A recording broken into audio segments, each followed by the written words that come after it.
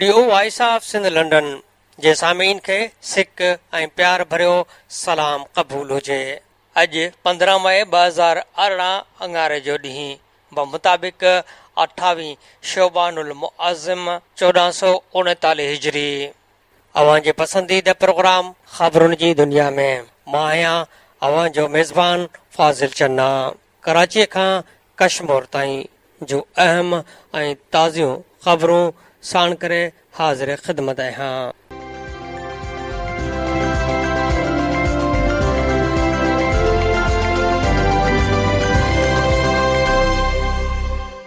अॼु जी अहम ख़बर आहे त सिंध एक्शन कमेटी गैर क़ानूनी पनाहगीरनि खे पाकिस्तानी बणाइण ख़िलाफ़ बुख हड़ताल जारी आहे। 14 खां मथे जमायतुनि ते ॿधल सिंध एक्शन कमेटीअ तरफ़ां अॼु कराची प्रेस क्लब खां गवर्नर हाउस ताईं रैली कढी वेंदी। अॻवाननि चयो आहे त गवर्नर सिंध खे यादाश्तनामो पेश कंदासीं। नादरा चेयरमैन ज़ाती दिलचस्पी तहत बंगालिन बर्मिन ऐं अफ़गानिन खे कार्ड ठाहे पियो ॾे। सिंध सरकार सिंधी क़ौम सां सची आहे त मामिलो CCI में उथारे। सिंध जे वैधानिक त्योहार बर्दाश्त न कयो वेंदो। उन हवाले सां काल ॿिए ॾींहुं बि सिंध एक्शन कमेटी जे सॾ ते सिंध में आबाद गैर मुल्कियुनि पनाहगीरनि खे क़ौमी सुञाणप कार्ड जारी करण वारे नादरा जे अमल ख़िलाफ़ कराची प्रेस क्लब अॻियां 72 कलाकनि वारी बुख हड़ताल जारी रही। बुख हड़ताल में ACUP, अवामी तहरीक, जसकम, Bashir Qureshi, जसकम आरिसर, STP, AGP, PPP, शहीद भुट्टो, सिंधी अदबी संगत, जिस्म, सिंध बार काउंसिल, दानिशवरनि समेत 14 खां मथे क़ौम परस्त जमायतुनि जे मरकज़ी क़यादत सैयद ज़ैन शाह, इस्माइल ख़ासकेली, अमानुल्ला शेख, डॉक्टर नियाज़ कालाणी, अमीर आज़ाद पंवर, अहमद सोलंगी, ताज जोयो, महबूब अब्बासी, कंबर हाजाणो, इलाही बख़्श बकक, एजाज़ सामिटियो, खैर मोहम्मद मक्सी, अब्दुल हक मुग़ैरी, दीदार शाम, दोदो देशी, ग़ुलाम रसूल सोहो, रशीद सदायो, नजमा वेराग, आसमा अबड़ो, अली नवाज़ बुट, नूरुद्दीन जमाली, मुमताज़ बिरोही, डॉक्टर आबिद मज़हर, रज़ाक आसी, अदल सोलंगी ऐं ॿियनि पारां शिरकत कई वई।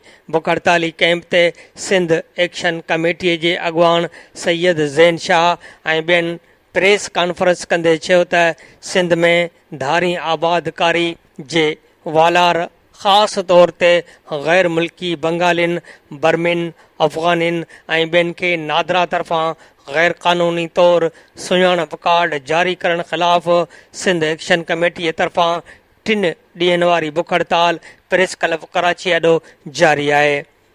हिन वधीक चयो त सिंध तारीख़ी तौरु क़ौमी वहदत आहे जंहिंमें सिंधियुनि जी दाइमी अक्सरियत जो हुजणु लाज़िम आहे।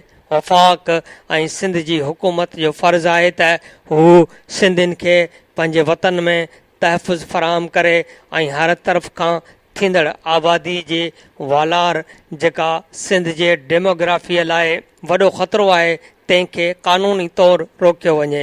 ज़ैन शाह चयो त कराची बदअमनी केस 2012 में सुप्रीम कोर्ट जो वाज़े फ़ैसिलो आहे त गैर मुल्कियुनि ख़ासि तौरु बर्मिन बंगालिन ऐं अफ़गानिन खे ख़ासि कैंपुनि ताईं महदूद कयो वञे। धारियां सिंध जे वसीलनि ते बार ऐं ख़ासि तौरु बदअमनी ऐं दहशतगर्दी पैदा करण में मुलवस आहिनि।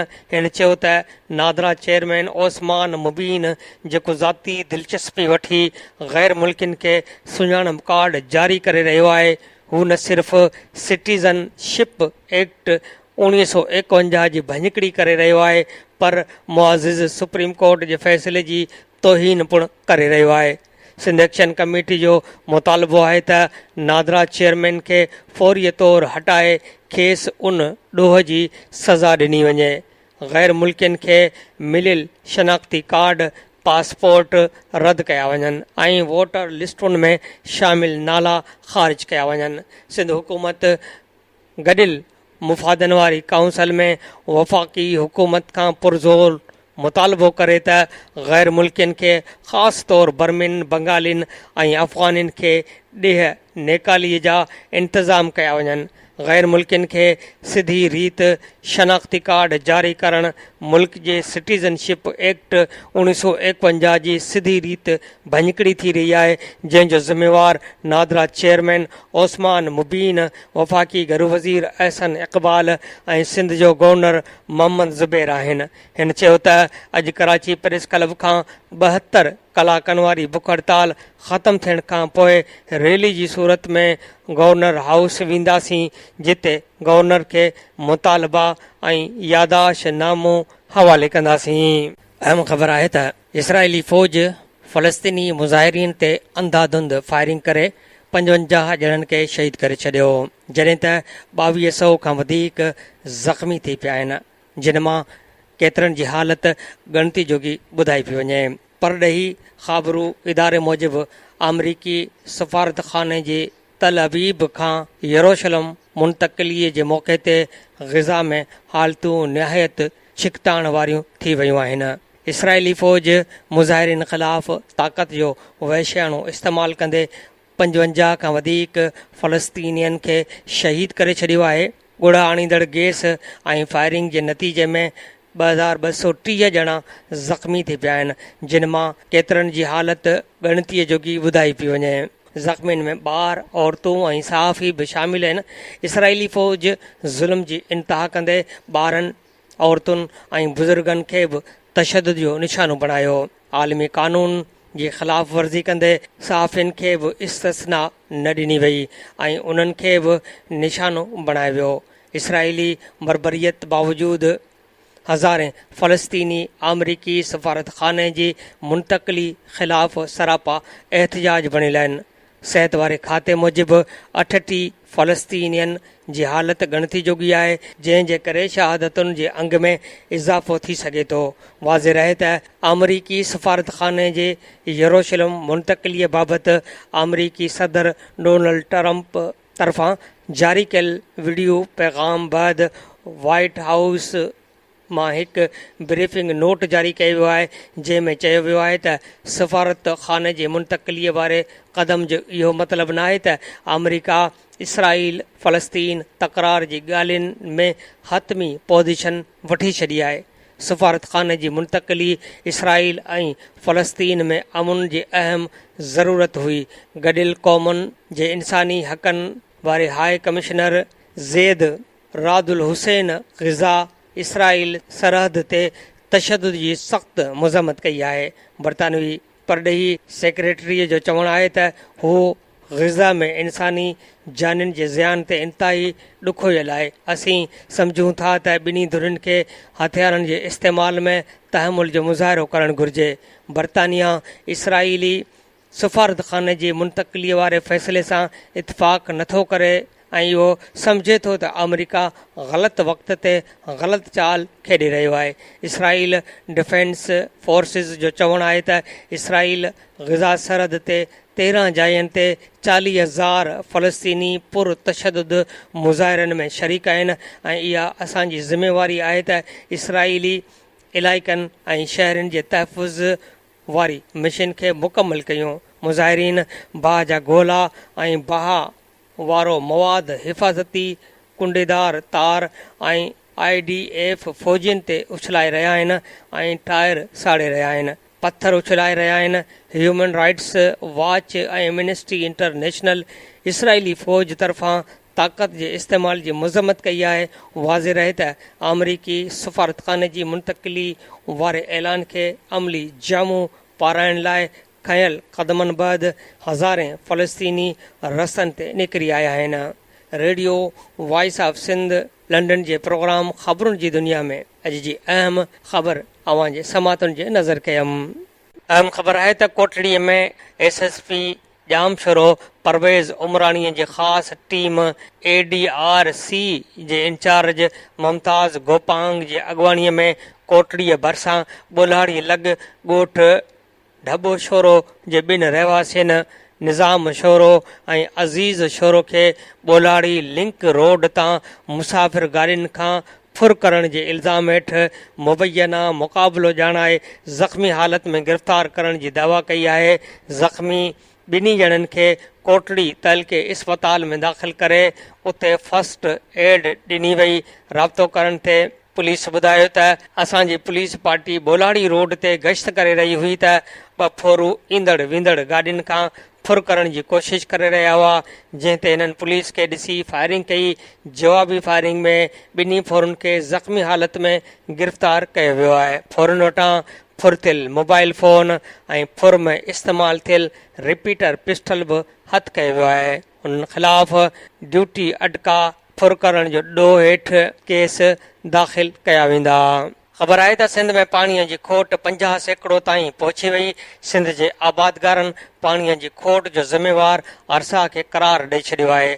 उन सिलसिले में ईवान ज़राअत सिंध जे सदर कबूल मोहम्मद खटियाण, जनरल सेक्रेटरी ज़ाहिद हुसैन बुरगड़ी, एजाज़ नबी शाह, नबी बख्श सठियो, मीर अब्दुल करीम टालपुर, मोहम्मद ख़ान सारेजो, सैयद ख़ादिम हुसैन शाह ऐं ॿियनि बयान जारी कंदे चयो आहे त सिंध में पाणीअ जी खोट 50% ताईं पहुची चुकी आहे। पाणीअ जी खोट घटिजण बदिरां तेज़ीअ सां वधी रही आहे। कोटड़ी, सखर ऐं गुडू बैराजनि ते पाणीअ जी वधीक खोट वधण जो इम्कान ज़ाहिर थी वियो आहे, जंहिंमां लॻे थो त मई जी पछाड़ीअ ऐं जून जी शुरूआति वारे ॾिहाड़नि में इहा खोट 56% ताईं पहुची सघे थी। कोटड़ी बैराज ते पाणीअ जी खोट सबबि कराची वाह खे पाणीअ जी फ़राहमीअ सां गॾु फुलेली, ओल्ड फुलेली ऐं अकरम वाह में पाणीअ जी घटिताई थी आहे। कोटड़ी बैराज खां हेठि समुंड ॾांहुं पाणीअ जो वहिकिरो मुकमल तौर ते बंदि आहे। सिंध में पाणीअ जी शदीद खोट जी ज़िम्मेवार अरसा आहे। अरसा जी नाअहलीअ सबबि सिंध में पाणीअ जी खोट पैदा करे सिंध खे तबाह ऐं बर्बाद करण जी साज़िश कई वई वञे। अहिड़ी खोट सबबि वणनि जी पोखाई वारो फ़सुलु सख़्तु मुतासिर थी चुको आहे। सिंध जे जिन इलाइक़नि में फ़सुल जी पोखाई थी चुकी आहे उते पाणी न पहुचण करे फ़सुलु सुकी रहियो आहे। मिर्चनि ऐं भाॼियुनि खे बि सख़्तु नुक़सानु पहुची रहियो आहे। हिननि सिंध हुकूमत खां मुतालबो कयो त पाणीअ जो जाइज़ो वठी हक़ हासिल करे सिंध खे सोकड़े खां बचाए वञे। अहम ख़बर आहे त सूबाई वज़ीर मखदूम जमील ज़मान सां शाह महमूद कुरैशी ऐं सदरुद्दीन शाह राशिदी मुलाक़ात कई आहे। उन ॾिस में गौसिया जमायत जे रूहानी पेशवा ऐं PTI अॻवान मखदूम शाह महमूद कुरैशी मखदूम हाउस कराची में सरवरी जमायत जे रूहानी पेशवा ऐं सूबाई वज़ीर मखदूम जमील ज़मान सां 2 कलाकनि ताईं मुलाक़ात कई। उन दौरान ॿिन्ही रूहानी गादी नशीननि सियासी मुआमलनि ते ख़्यालनि जी ॾे वठि कई। सदरुद्दीन शाह राशिदी मुलाक़ात कई। मखदूम हाउस जो तर्जुमान गुल मोहम्मद पंवर चयो आहे त मखदूम जमील ज़मान ऐं सदरुद्दीन शाह विच में मुलाक़ात दौरान ईंदड़ इलेक्शन बाबति लाइ अमल जोड़ण बाबति जल्द इजलास कोठायो वेंदो। ज़रियनि मूजिबि हिन भेरे मुल्क जूं 3 अहम रूहानी जमायतूं हुर जमायत, सरवरी ऐं गौसिया जमायत इतिहाद जी सूरत में सगारी पोज़ीशन में अची वियूं आहिनि। अहम सुर्ख़ी आहे त अमरीकी सफ़ारतकार कर्नल जोज़फ ख़ासि जहाज़ ज़रिए मुल्क रवानो थी वियो। हुकूमत जी इजाज़त बैदि अमरीकी मिलिट्री उताशी कर्नल जोज़फ ख़ासि जहाज़ वसीले अमरीका रवानो थियो। कर्नल जोज़फ खे वयाना कन्वेंशन तहत सिफ़ारशी छूट हासिल हुजण सबबि इजाज़त ॾिनी वई आहे।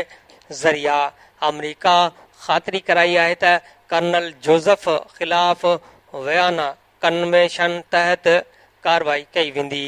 7 अप्रैल ते कर्नल जोज़फ जी गाॾी जी टकर में हिकु नौजवान फौत ऐं ॿियो शदीद ज़ख़्मी थियो हो। अहम सुर्ख़ी आहे त क़ौमी सलामती कमेटी जो इजलास नवाज़ शरीफ़ जो बयान गुमराह कंदड़ करार। वज़ीर आज़म जी सदारत हेठि क़ौमी सलामती कमेटी जे इजलास में नवाज़ शरीफ़ जे बम्बई बम हमलनि बाबति छपियल इंटरव्यू जो जाइज़ो वरितो वियो। इंटरव्यू में ठोस सबूतनि ऐं हक़ीक़तुनि खे नज़रअंदाज़ कयो वियो आहे। कमेटी उन गुमराह कंदड़ बयान जी सख़्तीअ सां मज़म्मत करे थी। क़ौमी सलामती कमेटी बम्बई हमलनि जी जांच मुकमल न थियण जो ज़िम्मेवार पाकिस्तान न पर भारत आहे। पाकिस्तान बम्बई हमलनि में जांच जे लाइ मुकमल सहकार कयो आहे।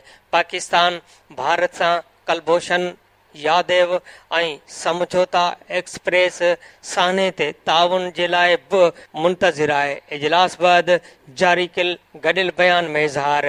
अॻूणे वज़ीर आज़म नवाज़ शरीफ़ चयो आहे त गद्दार आहियां त क़ौमी कमीशन जोड़ियो वञे। कमीशन में मूंखे ऐं ॿियनि खे घुरायो वञे, जेको ॾोही साबित थिए उनखे फाहीअ ते टंगियो वञे। हिन चयो त पंहिंजे बयान ते क़ाइमु आहियां, पोइ खणी जेको कुझु सहणो पवे हक़ जी ॻाल्हि कंदुसि। चवंदो पियो अचां त एतिरियूं क़ुर्बानियूं ॾिनियूं आहिनि, दुनिया असांजो मौक़िफ़ तस्लीम करण लाइ छो तयारु न आहे? छा मुहबे वतन उहे आहिनि जिन आइन टोड़ियो, जजनि खे ऑफिसनि मां कढियो ऐं कराचीअ में रत जी होली खेॾी? इमरान ख़ान चयो आहे त नवाज़ शरीफ़ ख़िलाफ़ गद्दारीअ जी कार्रवाई थियणु घुर्जे। अॻूणे वज़ीर आज़म जो नालो ACL में शामिल करे आर्टिकल 6 तहत कार्रवाई कई वञे।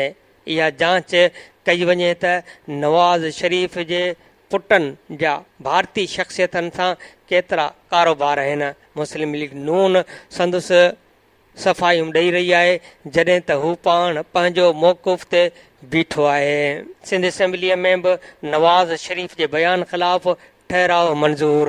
Peoples Party MQM function league ऐं तहरीक इंसाफ़ तरफ़ां गॾियल ठहराव पेश कयो वियो।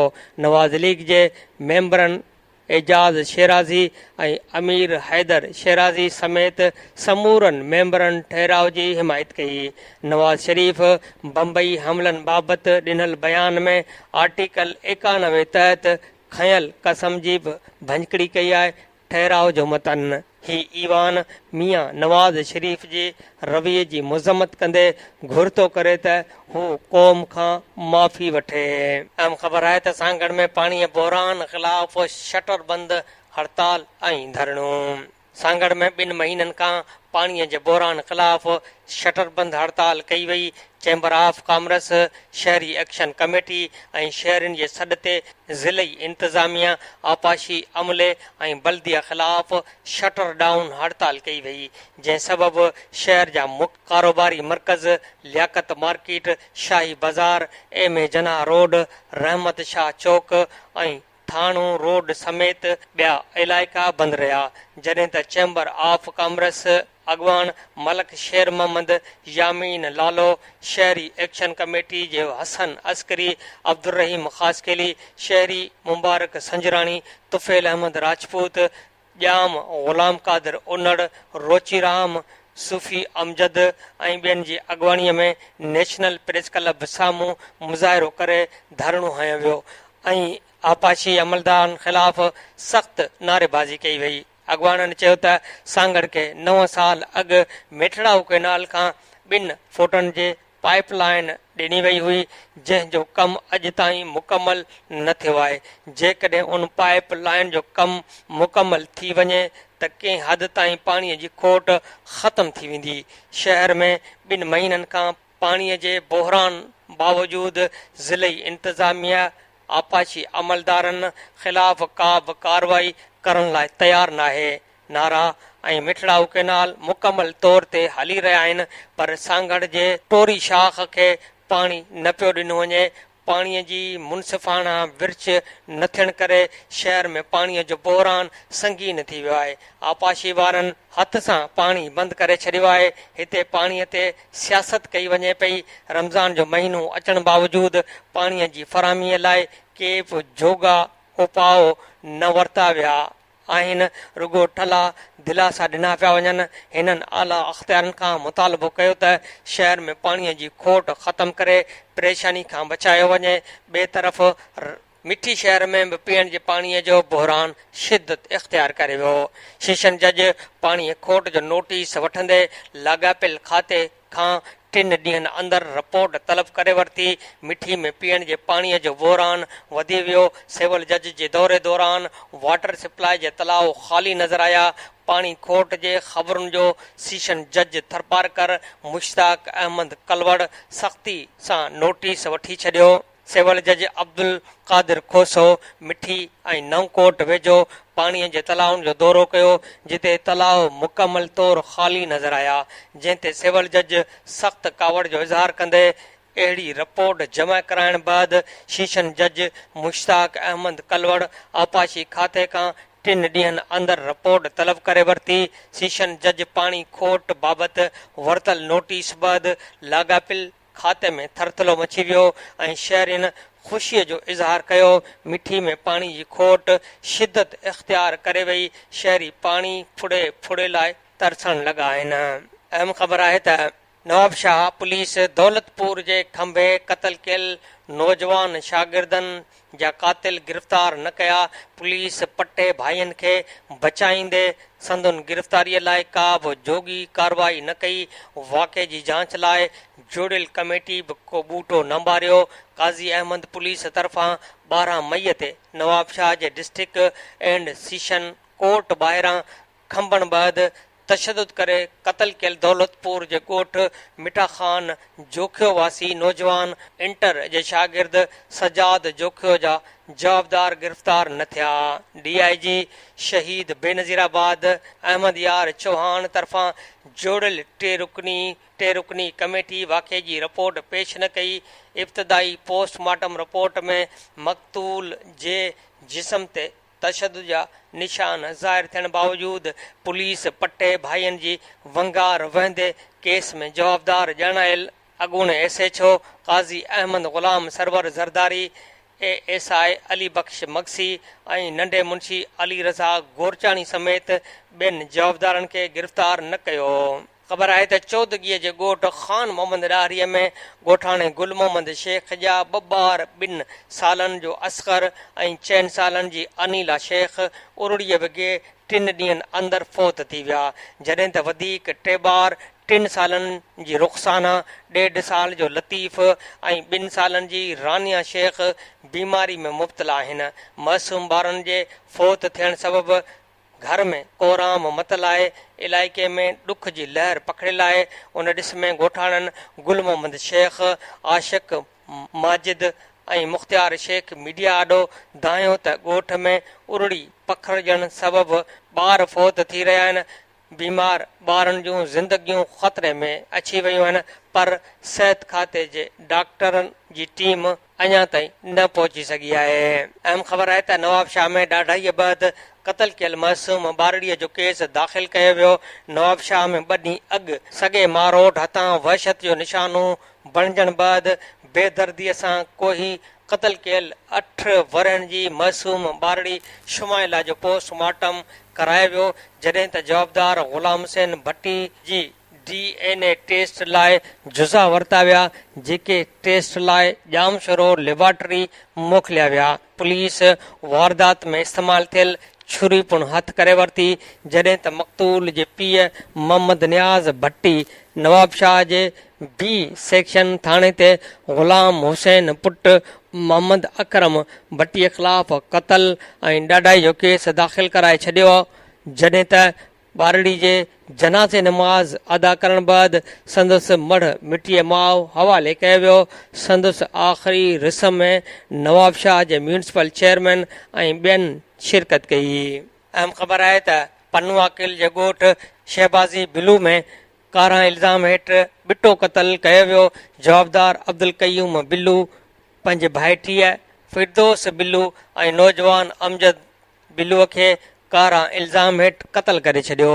इतलाह ते पुलिस पहुची 2 ॼणनि जा लाश तहवील में वठी तहलके इस्पताल पनुआकिल पहुचाया। नौजवान अमजद बिलू जे पीउ ख़ैर मोहम्मद बिलू सहाफ़ियुनि खे ॿुधायो त जवाबदार अब्दुल कयूम अलाडिनू मोहम्मद अयूब ऐं अज़ीम बिलू कारां जो कूड़ो इल्ज़ाम हणी असांजे नौजवान खे ॿनीअ में डोड़ाए क़तल करे छॾियो आहे, जॾहिं त छोकिरीअ फिरदोस बिलूअ खे घर जे कमरे अंदरि बंदि करे घोटा ॾेई क़तल कयो वियो आहे। होॾां कारां इल्ज़ाम हेठि मारिजी वियलनि जे लाशनि जा डॉक्टर पोस्टमार्टम कया, जंहिं बैदि वारिस सुल्तानपुर पुलिस जे पहिरे हेठि ॿिन्ही लाशनि खे धारदार ॻोठ शहबाज़ बिल्लू खणाए विया। ख़बर आहे त सिंध वाटर कमीशन शहर में गंद खणंदड़ चीनी कंपनीअ ते कावड़ जो इज़हार कंदे चयो आहे त कराची खे चीनी कंपनीअ जे रहम ऐं करम ते नथो छॾे सघिजे। सिंध हाई कोर्ट में वाटर कमीशन जो इजलास थियो। MD वाटर बोर्ड ऐं ॿिया पेश थिया।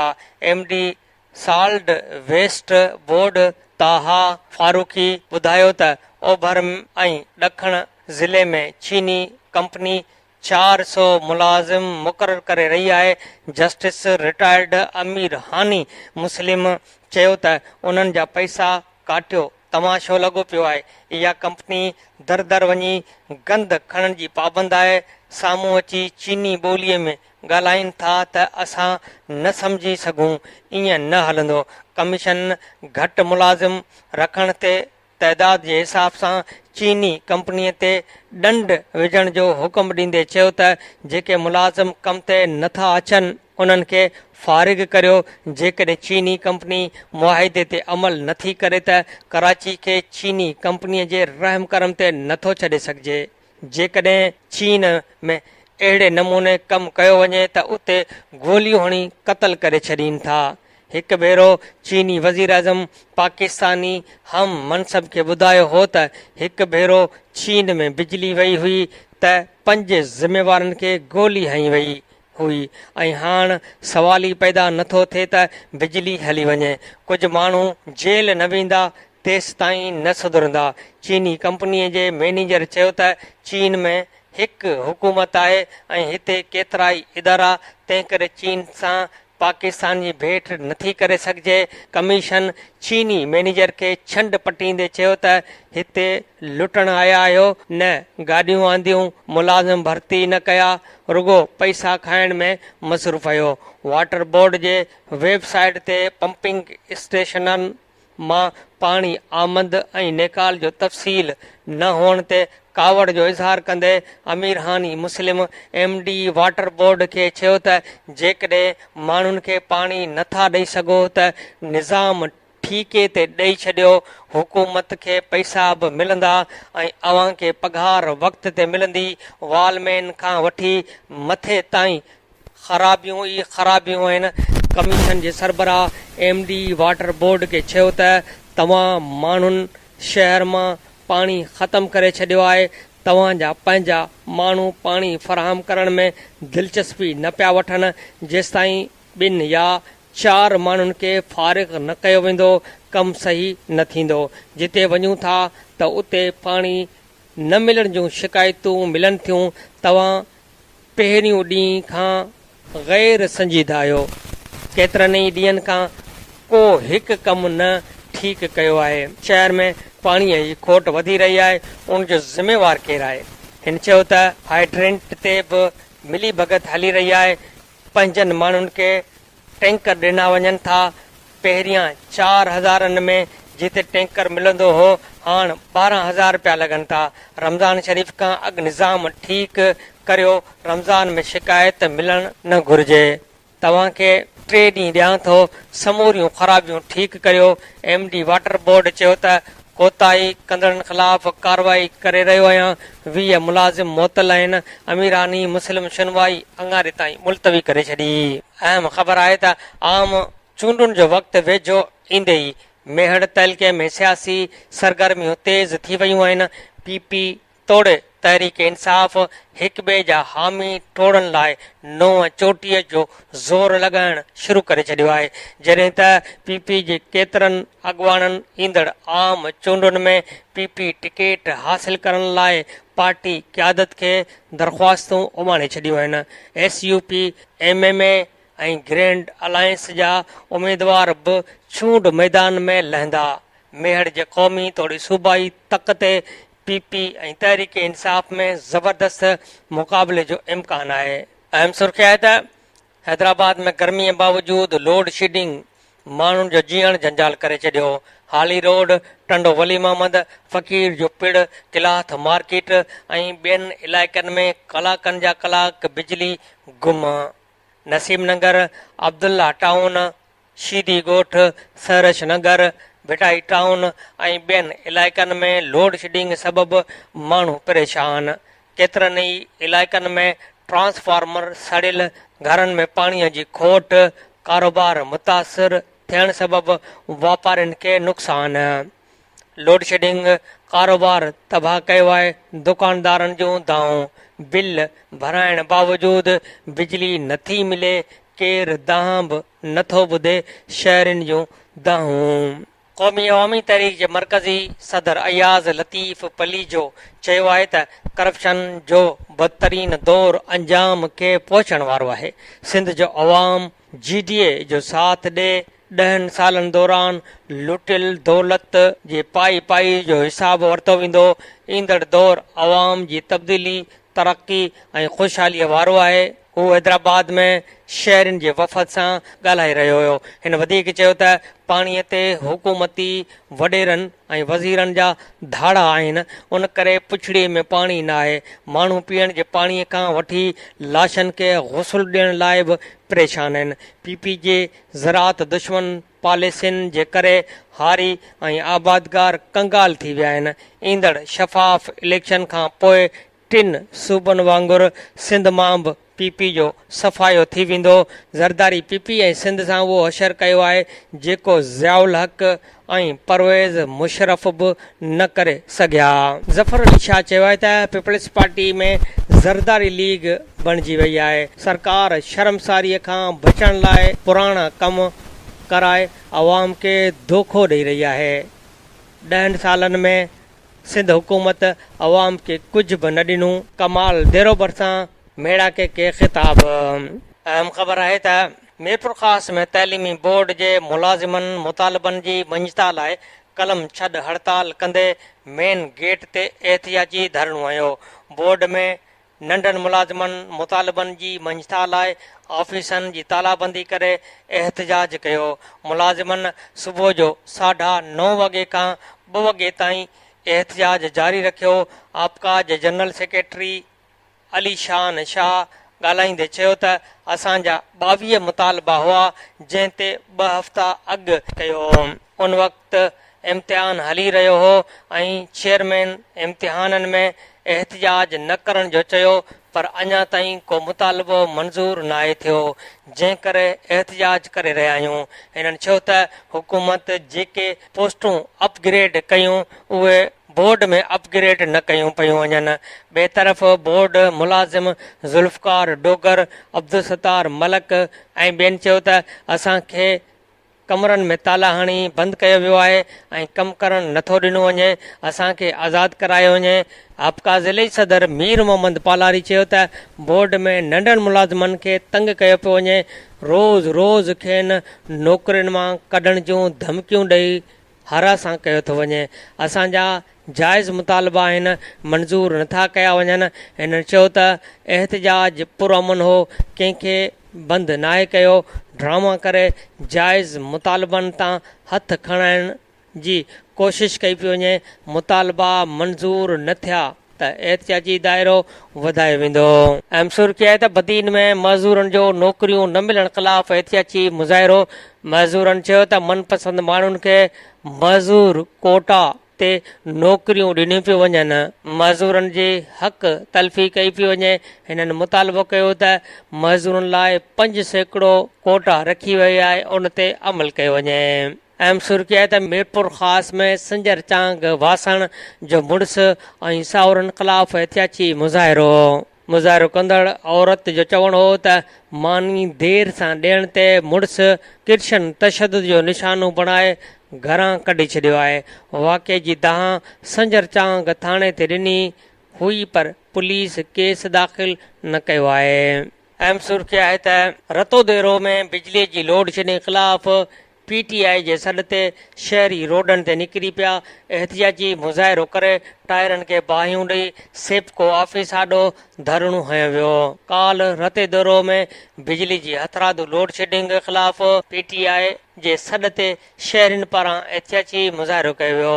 मुज़ाहिरो गांगरा हाउस रते दौरो खां शुरू थियो, जंहिंमें मज़दूरनि, दुकानदारनि, वापारियुनि ऐं ॿियनि आम शहरनि वॾे अंग में शिरकत कई। मुज़ाहिरीन नारेबाज़ी कंदा सेप्को ऑफिस रते दरो आॾो धरणो हणी वेही रहिया, पर सेप्को अमलो अॻुवाटी ऑफिसूं ख़ाली करे ऑफिसुनि खे ताला लॻाए फ़रार थी वियो हो।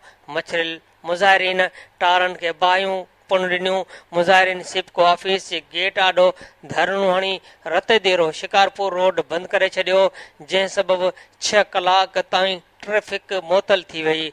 उन मौक़े ते अॻुवाणनि अली अनवर ख़ान गांगरो, अकबर आरबाणी, अकबर कोसो, अनीस जुगनेजो, मुखी अशोक कुमार, जावेद गांगरो, नईम सूमरो, शाहिद जरवार, सदाम चंद खत्री, बाग अली खोखर ऐं ॿियनि चयो त रते देरो शहर मां चूंडियल नुमाइंदा वोट वठी गुम थी विया आहिनि। शहरनि खे निधणको कयो वियो आहे। 12 कलाक खां 16 कलाक लोड शेडिंग करे शहरनि जो जीअण अज़ाब कयो वियो आहे। शदीद गर्मियुनि में बिजली जी लोड शेडिंग शहरनि जूं मतियूं मुंझाए छॾियूं आहिनि। हिननि चयो त असांजो एहतजाज तेसि ताईं जारी रहंदो जेसि ताईं बिजलीअ जी लोड शेडिंग में घटिताई नथी कई वञे। निठण उस में 6 कलाकनि ताईं लॻल धरणे बैदि सेप्को रते देरो जो SDO सैफुल्ला सूमरो धरणे वारे हंधि पहुची मुज़ाहिरनि सां ॻाल्हियूं कयूं ऐं 12 कलाक लोड शेडिंग मां घटाए 8 कलाक लोड शेडिंग करण जो ऐलान कंदे हिन चयो त इहो शेड्यूल सुभाणे 12 वॻे खां बाद लागू कयो वेंदो। अहिड़ी ख़ातिरी बैदि धरणो ख़तमु कयो वियो। अहम ख़बर आहे त यारो लुंड में क़तल कियल नौजवान जे ॿारनि जे जवाबदारनि जी गिरफ़्तारी लाइ मुज़ाहिरो। पडेरनि असांजे अकेले सहारे बाबा खे क़तल करे ज़ुल्म कयो आहे। कातिलनि खे फौरन गिरफ़्तार कयो वञे। पुलिस जवाबदारनि खे गिरफ़्तार न करे रही आहे। चीफ जस्टिस केस जो नोटिस वठे। खेड़ा में बि 16 कलाक बिजलीअ जी लोड शेडिंग ख़िलाफ़ एहतियाती मुज़ाहिरा कया विया। शहरियुनि बाबे मुस्तफ़ा गेट खां रैली कढी प्रेस क्लब अॻियां एहतियाती मुज़ाहिरो कयो। रमज़ान शरीफ़ अचण खां अॻु सेप्को वारनि लोड शेडिंग वधाए छॾी आहे। हिननि मुतालबो कयो त रमज़ान शरीफ़ में लोड शेडिंग जो घटि में घटि शेड्यूल जारी कयो वञे। सिंध जे मुख़्तलिफ़ शहरनि मां पाणीअ जी खोट ख़िलाफ़ आबादगारनि जा एहतियाती मुज़ाहिरा, धरणा ऐं रैलियुनि जूं अहम ख़बरूं बि शामिल कंदो थो हलां। घोटाणा शाख जे आबादगारनि जो हैदराबाद मीरपुर ख़ास रोड ते धरणो।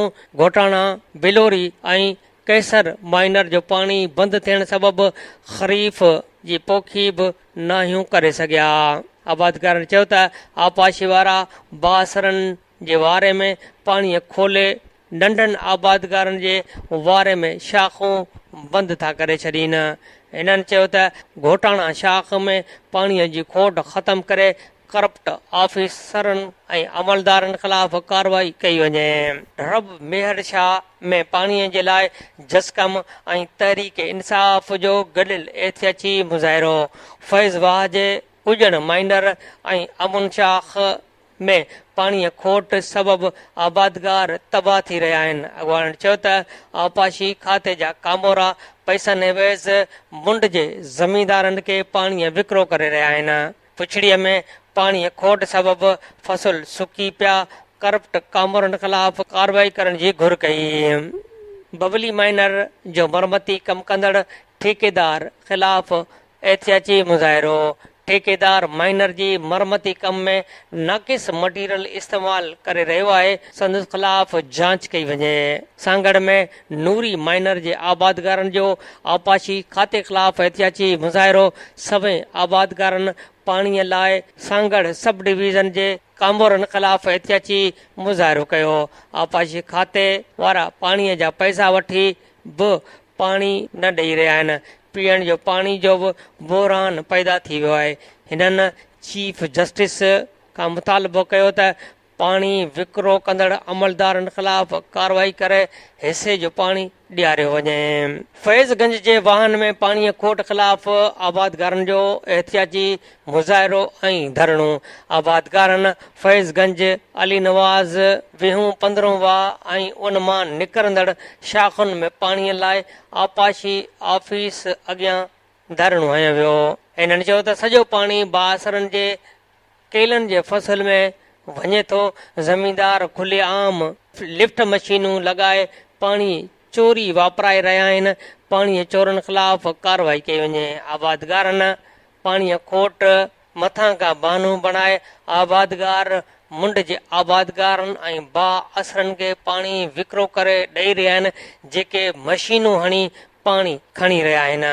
जॾहिं त नंढा आबादगार पाणीअ जे फुड़े लाइ परेशान आहिनि ऐं पीअण जे लाइ बि पाणी न आहे। हिननि चीफ जस्टिस खां मुतालबो कयो त कार्रवाई करे पाणी फ़राहम करायो वञे। ॻेरेलो माइनर जे खाटी न थियण ख़िलाफ़ बि आबादगारनि जो दाहो। माइनर जी खाटी न थियण सबबि शाख जे पेट में लट भरिजी वई आहे। आबादगार कपर कमज़ोर पाणीअ जो वहिकिरो शुरू थियो त खाधल कपर टुटण जो ख़दशो आहे। हिननि वॾे वज़ीर खां गिरलो माइनर जी खाटी कराए खाधल कपड़नि जी मरमत जी घुर कई आहे। दौलतपुर शाख जे पुछड़े में बि पाणी लाइ पैदल मार्च। आबादगारनि ऐं सान्या वदन नवाब वली मोहम्मद खां मार्च करे एहतियाज कयो। शाख जे पुछड़े में पाणी न आहे, हथरादू खोट ख़तमु करे पाणी ॾिनो वञे। सकरनि जी नुकर शाख जे आबादगारनि जो बि एहतियाती मुज़ाहिरो। हिननि चयो त 4 महीननि खां शाख जो पाणी बंदि आहे। बा असर लिफ्टूं हणी पाणी चोराए रहिया आहिनि, पर SDO ऐं सर्वेर खे आगाही ॾिनी, उन बावजूदि हुननि उन ख़िलाफ़ का बि कार्रवाई न कई। पाणी चोरी कंदड़नि ख़िलाफ़ कार्रवाई करे पाणी ॾिनो वञे। पिथौर जे आबादगारनि जो फूड इंस्पेक्टर ख़िलाफ़ बि एहतियाती मुज़ाहिरो। फूड इंस्पेक्टर 50 किलो कणक जे कटे ते 2 किलो कटौती हई पई वञे। करप्ट फूड इंस्पेक्टर खे मुअतल करे करप्शन जी जांच कराइण जी घुर कई आहे। फज़ल शाख में पाणीअ खोट ख़िलाफ़ ॿिए ॾींहुं बि एहतियाती मुज़ाहिरो ऐं धरणो। 4 महीननि खां शाख में पीअण जो पाणी बि नाहे। कमंद जो फसल सुकी वियो आहे। आबादगारनि जो दाहो। हिननि चयो त धड़ेलो त मुक़ररु दारोगो ऐं इंजीनियर हिसे जो पाणी मुंड वारनि खे विकिरो करे रहिया आहिनि। सिंध हुकूमत नोटिस वठी न आयल अमलदारनि ख़िलाफ़ क़दम खणे पीअण जो पाणी फ़राहम कयो वञे। अहम सुर्खी आहे त ककोलवा जे आबादगारनि जा हौसला बुलंद। 448 ॾींहं बि एहतियाज जारी। आबादगारनि वाह जे कपड़नि ते कब्ज़नि ऐं खाटी न करण ख़िलाफ़ बुख हड़ताल जारी रखी। बुख हड़ताली कैंप ते आबादगारनि जो वॾो अंग मौजूदु। वाटर कमीशन जे सरबराह जे हुकुमनि बावजूदि DC दादू ऐं आपाशी खाते जा अमलदार ॿुधण लाइ तयारु न आहिनि। जेसिताईं पाणीअ छोड़ लाइ ठाहियल ड्रेन नाला ख़तमु करे कपड़नि तां कब्ज़ा ख़तमु न कया वेंदा, ओसि ताईं जिदोजहद जारी रहंदी। Radio voice of Sindh London जे प्रोग्राम ख़बरुनि जी दुनिया में अॼु जो अहम ऐं ताज़ियूं ख़बरूं अव्हां जे समातनि जे नज़र कयूंसीं। Radio voice of Sindh London जे प्रोग्राम ख़बरुनि जी दुनिया में अॼु जो अहम ऐं चूंड कालम जेको तहरीर कयो आहे मोहम्मद अली शाह। उनवान आहे परॾेही कर्ज़नि जी सियासत ऐं वसीलनि जी विर्छ। मोहम्मद अली शाह पंहिंजे कालम में लिखे थो त इहा हक़ीक़त आहे त उतर जे शाहूकार मुल्कनि ऐं आलमी मालियाती इदारनि जा कर्ज़ हिकु अहिड़ो खूनी चंबो आहिनि जंहिंमें जॾहिं टी दुनिया जा ग़रीब मुल्क फासी पवंदा आहिनि त पोइ निकिरी न सघंदा आहिनि। ग़रीब मुल्क शाहूकार मुल्क जे मुआशी जबर में एतिरो फासी पवंदा आहिनि जो परॾेही कर्ज़नि जी वापसि अदायगी त परे जी ॻाल्हि आहे, पर उन्हनि कर्ज़नि जी डेट सर्विस जे नाले में व्याज बि अदा करण जोगा न रहंदा आहिनि। नतीजे में टी दुनिया जे मुल्कनि में मुआशी बदहाली बेरोज़गारी वधी वई आहे। उन करे असांखे सम्झणु घुर्जे त परॾेही कर्ज़ दरअसल ग़ुलामीअ जी हिकु नई शिकिल आहे। उनमें को शक कोन्हे त टीं दुनिया जा मुल्क वॾे पैमाने ते कुदरती ऐं इंसानी वसीलनि जे हवाले खां शाहूकार आहिनि। पर जॾहिं 1982 ईस्वीअ में कर्ज़नि जो बहरान पैदा थियो त टीं दुनिया जे मुल्कनि जे हुकुमराननि ग्लोबल नॉर्थ जे शाहूकार मुल्कनि जा छाड़ था बणिजी पंहिंजे मुल्क जी कुदरती ऐं इंसानी वसीलनि जो रत चूसे हणी खोखलो करे छॾियो। उनखां सवाइ कर्ज़नि जी वापसि अदायगी जे करे टीं दुनिया जे मुल्कनि खे अञा वधीक कर्ज़ हासिल करण ते मजबूर कयो वियो, जंहिंजे करे ग़रीब मुल्कनि ते कर्ज़नि में तकिड़ो वाधारो थी वियो। नतीजे में उन्हनि मुल्कनि लाइ अवाम खे बुनियादी सहूलियतुनि जूं ज़रूरतूं मुहैया करणु तमामु घणो ॾुखियो थी पियो। टीं दुनिया जे मुल्कनि ते बालादस्ती क़ाइमु करण लाइ कर्ज़ हिकु मकारी वारो हथियार आहे ऐं ग़रीब मुल्कनि खे कॉलोनाइज़ करण जी हिकु नई शिकिल आहे। इहा हक़ीक़त आहे त टीं दुनिया जे मुल्कनि जे पॉलिसियुनि ते चूंडियल नुमाइंदनि बदिरां कर्ज़ ॾींदड़ शाहूकार मुल्क ऐं आलमी मालियाती इदारा अमल कराईंदा आहिनि। टीं दुनिया ते परॾेही कर्ज़नि जी तारीख़। टीं दुनिया जे मुल्कनि जा किरोड़े ग़रीब माण्हू जेके शाहूकार मुल्कनि जे परॾेही कर्ज़नि जी ग़ुलामी ऐं शिकंजे में जकड़ियल आहिनि, जेके कॾहिं बि इहे कर्ज़ वापसि अदा नथा करे सघनि। टीं दुनिया जूं हुकूमतूं परॾेही कर्ज़ अवाम जी तरक़ीअ जे नाले में वसूल कंदियूं आहिनि।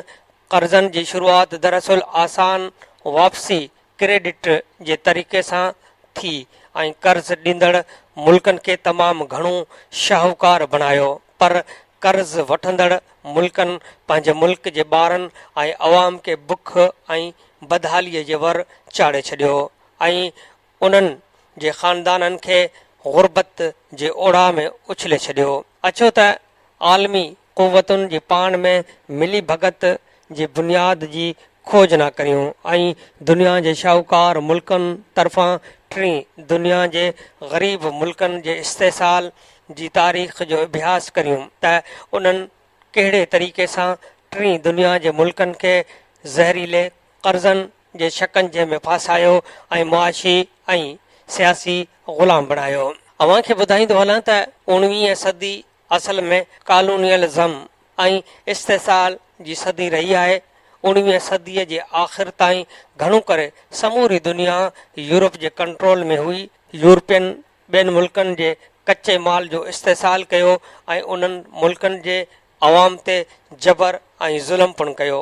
जबर ऐं ज़ुल्म जो इंतिहाई ख़राब मिसाल ग़ुलामनि जो कारोबार करणु हो। जॾहिं 1980 ईस्वीअ वारे ॾहाके में आलमी सतह ते मुआशी सरगर्मियुनि ऐं कारोबार में मंदी अची वई त अमेरिका जे टे चूंडियल सदर रेगन पंहिंजे पॉलिसीअ हेठि व्याज में वॾे पैमाने ते इज़ाफ़ो कयो, जंहिंजे नतीजे में ग़रीब मुल्कनि खे पंहिंजे कर्ज़ जो व्याज ॿीणो अदा करणो पइजी वियो। साॻिए वक़्तु अफ़राद ज़र जे सबबि कचो माल जेको ग़रीब मुल्क एक्सपोर्ट कंदा हुआ, जंहिंमें कैश क्रॉप जेके ओलह जे टेक सां पोखी वेंदी हुई, जहिड़ोकि चांहि काफ़ी वग़ैरह, उन्हनि जा अघु वॾे पैमाने ते किरी पिया। उनखां पोइ अचानक परॾेही कर्ज़नि जो शिकंजो ज़ाहिर थियो ऐं ग़रीब मुल्कनि खे पंहिंजे कचे माल जी एक्सपोर्ट करण जी आमदनीअ में पहिरीं खां घटिताई थी वई ऐं उहे जेको इम्पोर्ट करणु चाहींदा हुआ उन ते कर्ज़ जो व्याज पहिरीं खां घणो अदा करणो पइजी वियो। अहिड़ीअ तरह टीं दुनिया जा ग़रीब मुल्क अदा न थींदड़ कर्ज़नि हर वरंदड़ मुज़ी चकर में फासी पिया ऐं कर्ज़नि जो व्याज अदा करण जे लाइ उन्हनि खे नओं कर्ज़ खणण ते मजबूर थियणो थिए पियो। 1990 ईस्वीअ वारे ॾहाके में आलमी सतह ते कर्ज़ ॾींदड़नि कर्ज़नि खे रीस्ट्रक्चर करण लाइ ॿ हल पेश कया। हिकु त कर्ज़ जे वापसीअ जो डिघे मुदे वारो शर्त ऐं ॿियो उहो त पुराणे कर्ज़ जी अदायगीअ लाइ नओं कर्ज़ अदा कजे, जॾहिं त इहो घटि मुदे जे लाइ बि मददगार थी सघे थो। ऐं निजी बैंकुनि खे इहो यकीन ॾियारियो वियो त डिघे अरसे में उन्हनि जी रक़म वापसि थी वेंदी, पर रीस्ट्रक्चर जे नतीजे में ग़रीब मुल्कनि ते कर्ज़नि जो हजम तमामु घणो वधी वियो। ख़ासि तौर ते ॿ अहम इंटरनेशनल फाइनेंशियल इंस्टीट्यूट IFI, जंहिंमें इंटरनेशनल मॉनिटरिंग फंड IMF ऐं आलमी बैंक वॾे अंग में नवां कर्ज़ जारी कया ऐं मुल्कनि खे इजाज़त ॾिनी त अव्हां पुराणे कर्ज़नि जी वापसी करियो। उन्हनि कर्ज़नि न रुगो डिघे मुदे में कर्ज़नि जो भार वधाए छॾियो, बल्कि ग़रीब मुल्कनि खे सख़्तीअ सां पाबंद कयो वियो त उहे पंहिंजी मैशियत खे रीस्ट्रक्चर कनि, जंहिं करे आबादी ऐं माहौलियात खे छियो रसियो। उनखां सवाइ इंफ्रास्ट्रक्चर खे बि नुक़सानु थियो। अॼु दुनिया जे समूरनि उसरंदड़ मुल्कनि ते कुल परॾेही कर्ज़नि जो अंग मुल्क खां ॿाहिरि जेको कर्ज़ ॾींदड़ शाहूकार मुल्क खे अदा करणो आहे, उहो लॻभॻि $5 खरब आहे। जेको कर्ज़ ऑफिशियल डेवलपमेंट असिस्टेंस ऐं ODA ज़रिए वसूल कयो वियो हो, ऐं उन सां गॾु $600 अरब जेके शाहूकार मुल्कनि खे वापसि अदा कया विया आहिनि।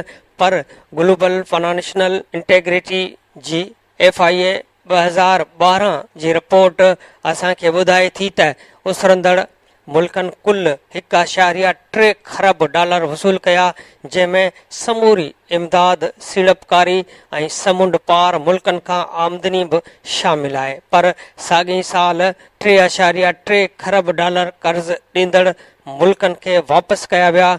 ॿियनि लफ़्ज़नि में उसरंदड़ मुल्कनि जेतिरा वसूल कया, उनखां $2 खरब वधीक शाहूकार मुल्कनि खे वापसि अदा कया। JFIA जे मूजिबि 1980 ईस्वीअ खां पोइ समूरा साल उसरंदड़ मुल्कनि ॾांहुं केतिरी इमदाद वई आहे, पतो पवण ते माण्हुनि जूं अखियूं खुली वेंदियूं त उन समूरे अरसे में उसरंदड़ मुल्कनि रुगो $16.3 खरब शाहूकार मुल्कनि खां वसूल कया आहिनि।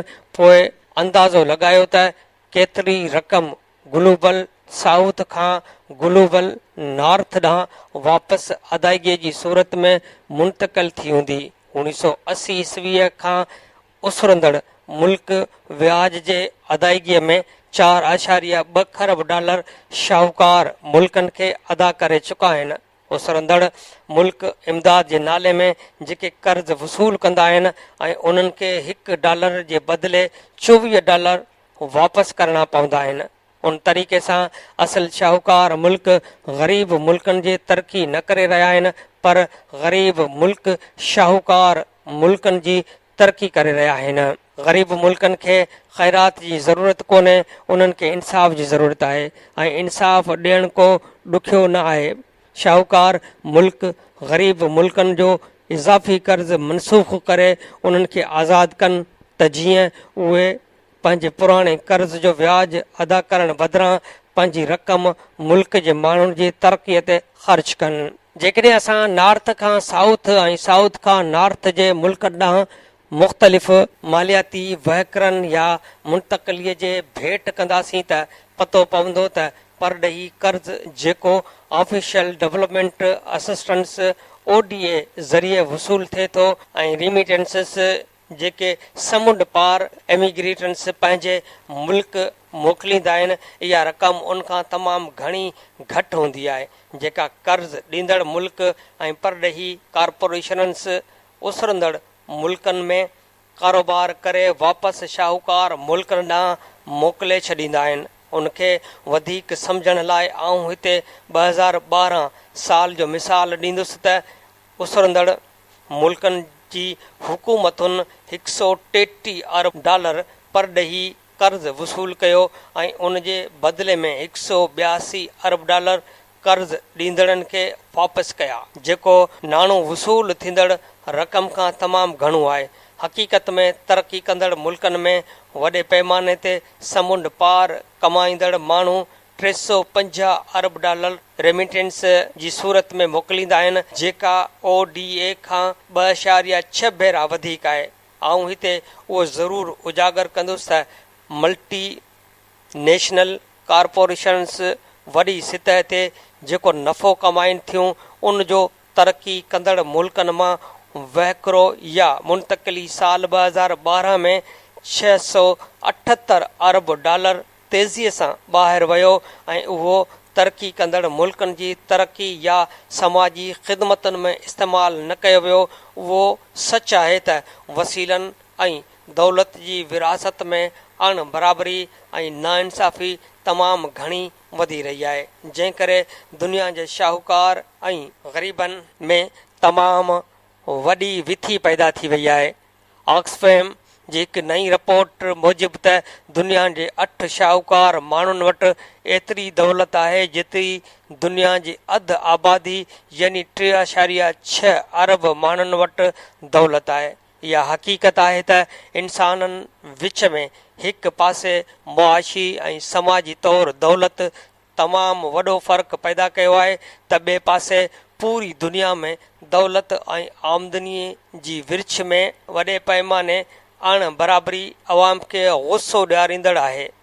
2015 जे वर्ल्ड वेल्थ रिपोर्ट मूजिबि दुनिया जे 2.7 शाहूकार बालिग़ आबादी 32 मिलियन दुनिया जे 50% दौलत पान वटि रखे थी, जॾहिं त दुनिया जे 70% 3.2 अरब ग़रीब बालिग़ आबादी दुनिया जी कुल दौलत जो रुगो 3% रखे थी। उनखां सवाइ दुनिया जी 17% शाहूकार आबादी दुनिया जा 80% वसीला वापराए थी।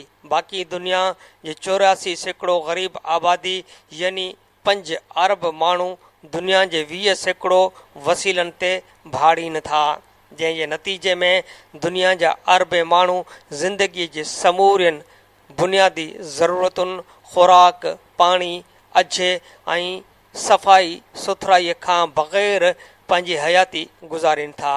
जेकॾहिं पाण परॾेही कर्ज़नि जो तारीख़ी जाइज़ो वठंदासीं त मालूम थींदो त नई दुनिया जे मुल्कनि ते 1970 ईस्वी में 70.2 अरब डॉलर कर्ज़ हो, जॾहिं त 1980 में इहो वधी 579.6 अरब डॉलर थी वियो।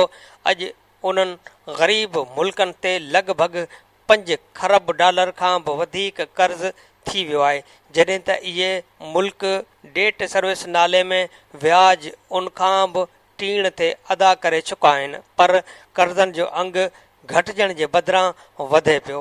इहा केॾी न अचरज वारी ॻाल्हि आहे त उसरंदड़ मुल्क दुनिया जे शाहूकार मुल्कनि ऐं आलमी मालियाती इदारनि खे रोज़ानो 1.5 अरब डॉलर खां बि वधीक डेट सर्विस जे मद में व्याज अदा करे रहिया आहिनि, जॾहिं त उन मां 34 मिलियन डॉलर इंतिहाई ग़रीब मुल्क अदा कंदा आहिनि।